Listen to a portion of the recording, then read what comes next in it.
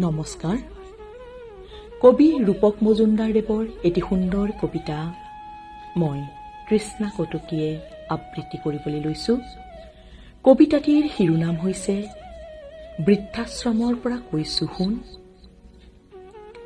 ভবাই নাছিলো শুন, যোৱা নিশা তোমাৰ সতে পতা কথাই শেষ কথা হ'ব বুলি।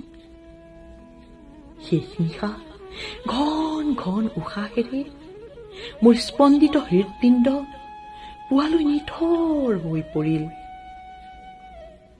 মই এতিয়া বগা কাপোৰেৰে ঢাকি ৰখা শৱদেহ মাত্ৰ। বৰকৈ মনত পৰিছে সেই তুমি যে কান্দিছিলা হিয়া ঠাকুৰী আইতাৰাৰ মৃতদেহক সাৱটি। হাইস্কুলৰ দেওনা পাৰ নহওঁতেই মোৰ মৃতদেহৰ কাষত আছিল। তেজৰ সম্পৰ্কৰ কোনো নাথাকিলেও মোৰ মুঠেই আক্ষেপ নাই। শুন, মুঠেই আক্ষেপ নাই। আশ্ৰমৰ সকলো লোক শোকত ম্ৰিয়মান। তুমি মোলৈ পঠোৱা মাহিলী টকাবোৰ মই আশ্ৰমতে খৰচ কৰিব দিছিলো। মোকনো কেলৈ লাগে? দেউতাৰাৰ মৃত্যুৰ পিছত পোৱা পেঞ্চনৰ ধনে মোৰ দেখোন ৰাহি হৈ যায়। চাৰ্টা দি সকলো কাম আশ্ৰমেই কৰিব মোৰ জমা টকাৰে। তোমাৰ চিন্তাৰ কাৰণ নাই। শুন,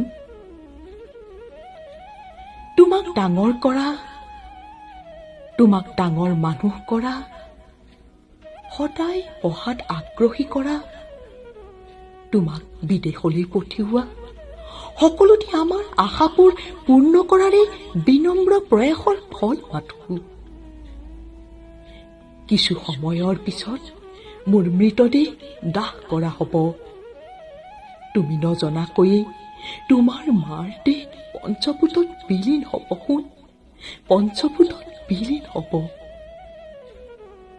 তোমাক দুখ নিদিওঁ। শুন, দুখ নিদিওঁ।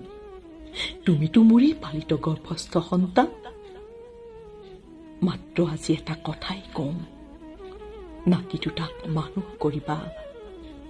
সদায় তোমালোকৰ কাষত ৰাখিব পৰাকৈ ডাঙৰ হবলৈ দিবা। নিসংগ মুহূৰ্তবোৰ বৰ বেদনাদায়ক। শুন, বৰ বেদনাদায়ক। প্ৰতিদিনে সন্ধ্যা তোমাৰ ফোন ধৰিবলৈ আজিৰ পৰা মই নেথাকিম দেই। শুন, আজিৰ পৰা মই নেথাকিম। আজিৰ পৰা মই নেথাকিম। ধন্যবাদ।